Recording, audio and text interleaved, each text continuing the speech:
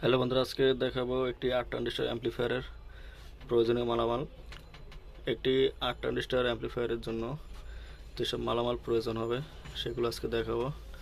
প্রথমে একটি দরকার পড়বে একটি অ্যাম্পলিফায়ার বডি। দেখতে পাচ্ছেন এটি একটি স্ট্যান্ডার্ডের 512 অ্যাম্পলিফায়ার বডি। এরপরে লাগবে আপনার একটি ট্রান্সফরমার, স্টেপ ডাউন ট্রান্সফরমার। এটি অরিজিনাল কপারের। এটি হলো 45 ভোল্ট 8 অ্যাম্পিয়ার। আপনার 8 ট্রানজিস্টরের জন্য 45 ভোল্ট দিলেই হবে, অথবা 40 অথবা 45। তো আমি এখানে 45 ভোল্ট দেবো। তো এখানে আমার এক্সট্রা 12 ভোল্ট দেওয়া আছে,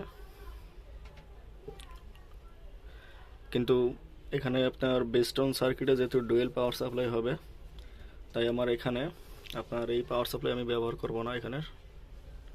তো এর জন্য আমাকে এক্সট্রা আরেকটি ট্রান্সফরমার দিতে হবে 12 ভোল্টের। তো লাগবে আর একটি 12 ভোল্টের 3 অ্যাম্পিয়ার একটি ট্রান্সফরমার। এরপরে লাগবে একটি হিট সিঙ্ক।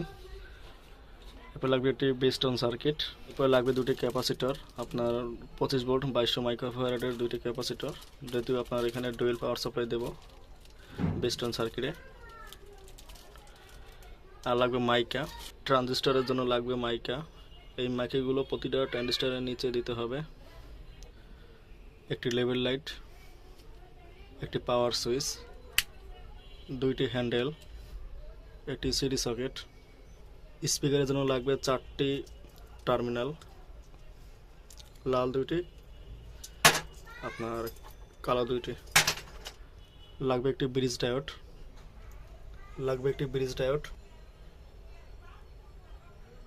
একটি ফিউজ হোল্ডার, একটি ইউএসবি সার্কিট,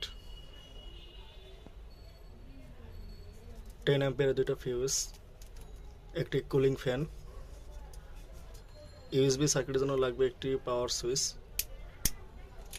4টি নব আপনার বেস্টন সার্কিটের জন্য। এরপরে লাগবে দুটি ক্যাপাসিটর। ফিল্টারিং সার্কিটের জন্য আপনার 100 ভোল্ট 10,000 মাইক্রোফ্যারাডের দুটি ক্যাপাসিটর লাগবে। এসি পাওয়ার সাপ্লাই দেওয়ার জন্য লাগবে এসি কর্ড। তো আমি আলাদা এক্সট্রা তার দিয়ে আমি কর্ড বানিয়ে নিয়েছি একটু। এরপর একটি 2 পিন প্লাগ। সবশেষে লাগবে একটি ট্রানজিস্টর বোর্ড। তো দেখতে পাচ্ছেন আমি ট্রানজিস্টরগুলো আগে থেকে লাগিয়ে রেখেছি কাজের সুবিধার জন্য।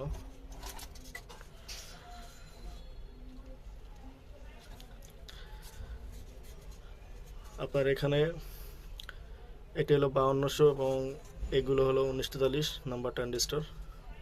4টি 5200 এবং 4টি 1943 নাম্বার ট্রানজিস্টর। তো আপনার এই মালামালগুলো লাগবে একটি 8 ট্রানজিস্টর অ্যাম্পলিফায়ার বানানোর জন্য।